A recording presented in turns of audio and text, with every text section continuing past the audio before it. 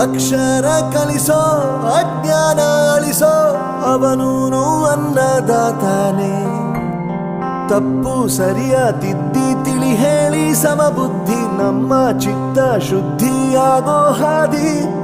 ಎಷ್ಟೇ ದೂರ ಹೋದ್ರೂ ಮರಿಬೇಡ ನಿನ್ನ ಬೇರು, ನಿನ್ನ ಸಾಧನೆಗೆಲ್ಲ ಇದುವೇ ಆದಿ. ಪಾಠಶಾಲಾ